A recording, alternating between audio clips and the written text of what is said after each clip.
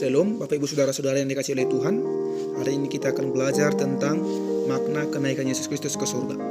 Berbicara tentang kenaikan Yesus Kristus ke surga itu merupakan sebuah peristiwa yang sangat penting, peristiwa yang sangat bersejarah bagi kita umat Kristen, yang dimana peristiwa itu telah dicatat sangat lama sekali di dalam sebuah sejarah telah mencatatnya, baik itu di dalam Alkitab. Bapak Ibu Saudara-saudara, bahwa di sana dari pesan tentang kenaikan itu mengajarkan kita tentang banyak hal.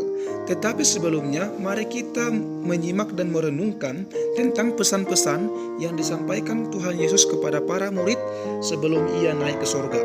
Di dalam Lukas pasal 24 ayat 44 sampai 53 mengajarkan kepada para murid bahwa Mesias harus menderita, mati dan dibangkitkan pada hari yang ketiga, sebagaimana yang tertulis dalam hukum Taurat Musa, kitab para nabi dan Mazmur harus digenapi. Sehingga dengan demikian, melalui kebangkitan Yesus Kristus, para murid diajak dan diperintahkan untuk saksi dari semuanya itu bagi setiap orang, bagi setiap bangsa-bangsa.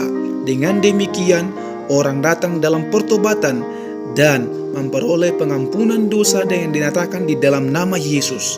Dengan demikian, kita juga menjadi saksi atas semuanya ini sebagai orang percaya untuk memberitakan kebangkitan Kristus, supaya setiap orang percaya baru ambil bagian, supaya setiap orang mau percaya kepada Yesus Kristus yang telah bangkit itu, dan mereka datang kepada pertobatan dan untuk memperoleh pengampunan dosa yang dinyatakan di dalam nama Yesus.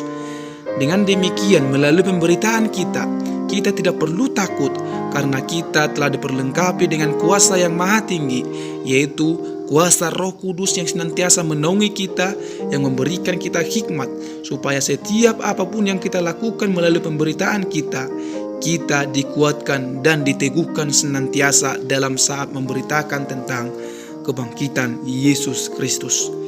Oleh karena itu Bapak Saudara, marilah kita menjadi saksi atas semuanya itu, sehingga orang mau datang percaya kepada Yesus dan datang ke dalam pertobatan untuk pengampunan dosa yang dinyatakan di dalam nama Yesus.